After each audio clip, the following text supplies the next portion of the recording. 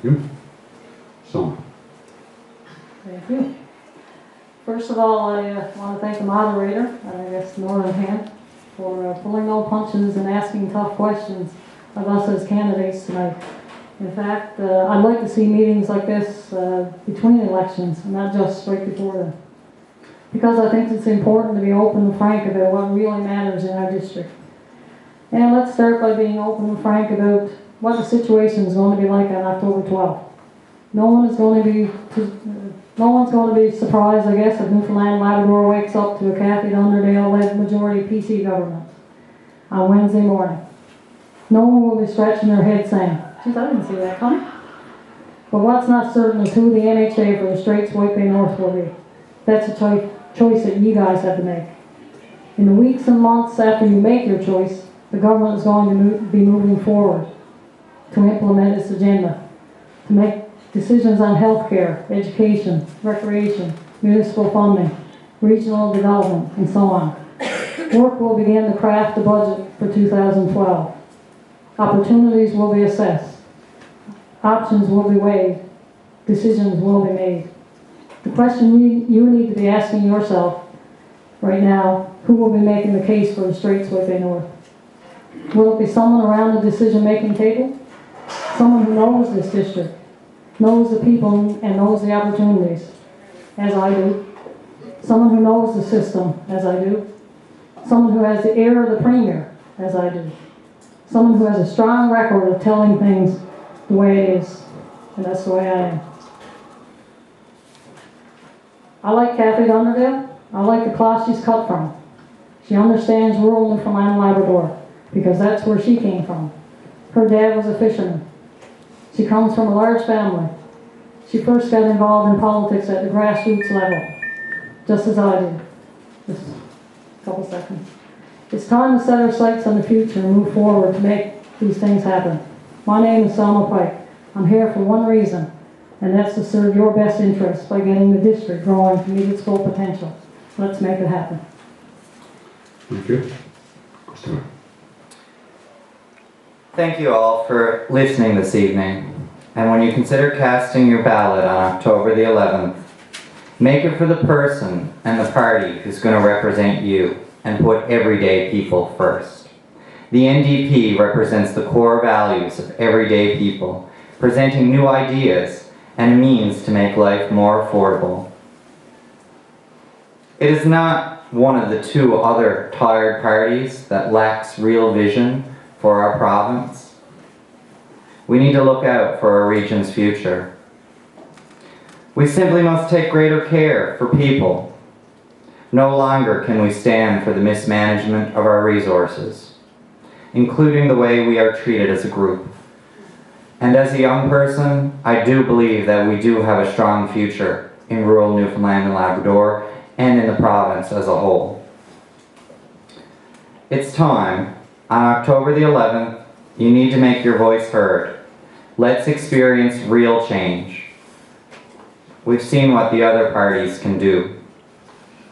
I ask respectively that you vote for Christopher Mitchellmore, someone who's community-minded, has a proven track record, someone who's willing to work for you and work with you to solve the problems and the challenges that we have in this region and move forward so that we do have a stronger economy, a stronger community, a stronger district as a whole. We need new ideas, we need new opportunities, and let's build it together. Thank you. Thank all three of you right now. We get a chance to respond? Sorry. Yes. If anybody needs to respond, want to respond to a comment or another, you can do that at this time. Yeah, I do. Okay? Fine. I take 1 minute. 1 minute? Good. I take exception to the, the comment of the PC candidate that kind of suggests that, if you're not on the government side on October 11th or October 12th is D-Day in this district. Now we know what they can do, we understand that. But what the residents of this district need to understand is that this government is not spending Tory money, as the Premier said the other night down in the association office there, but they're spending taxpayers' money. And they are sworn in to represent this province. I'm sworn in as an MHA just the same as she would be sworn in, or Christopher would be sworn in, or any other MHA in this province is sworn in to represent the district. and the government takes the responsibility of administering the budgets, of seeing that people's needs are met and so on.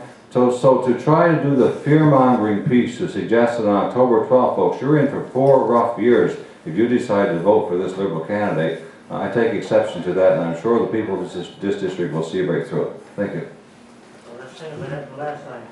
I'd like to, Christopher's name. Someone want to respond to that?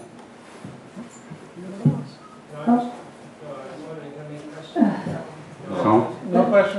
Thank you very much. My point here is that I think it's very important that we have someone sitting around the decision-making table. I see what can happen, and I want to be there to express the opinions of the constituents here. And that's my opinion. That's what I've been hearing at the doors. You know, they want someone back around the decision-making table. Crystal? I have a comment. In Mr. Dean's ad, he has stated in the Northern Pin, he has lifted our voices time and time again against a government that has refused to listen to us. Well, Mr. Dean, I say your voice has not been effective. You have used unparliamentary language that got you ejected from the House. This is not the type of representation we want for the Straits-White Bay North. Do it again, too. And I asked Ms. Pike what her plan is for the infinite possibilities and opportunities that a PC government certainly has failed to address the everyday needs of people in her advertising. What are those infinite possibilities and opportunities that we have? Because we haven't seen them under a PC government. Okay, first of all, I'd like to thank all 3 candidates for being here tonight. It's been a great opportunity, great experience for me, and I'm sure for many people here. For all of you, congratulations. You know, the questions went well, the answers went well, and whichever one of you is elected on October 11th, I hope you don't behave so cordially in the House of Senate. Anyway, I'd just like to pass along my thanks, and I'd also like to thank Tim for the opportunity to do this. He's provided me with that opportunity, and I always like to get involved in politics. I've been fairly quiet lately, but that may change, you never know. And also, I'd like to pass along thank you to the Hotel North for donating space here tonight. I mean, as you can see, a beautiful room, well done. And looks like our town is moving ahead in some ways. And also, I'd like for all of the audience to express their sincere appreciation by giving the 3 candidates a nice round of applause.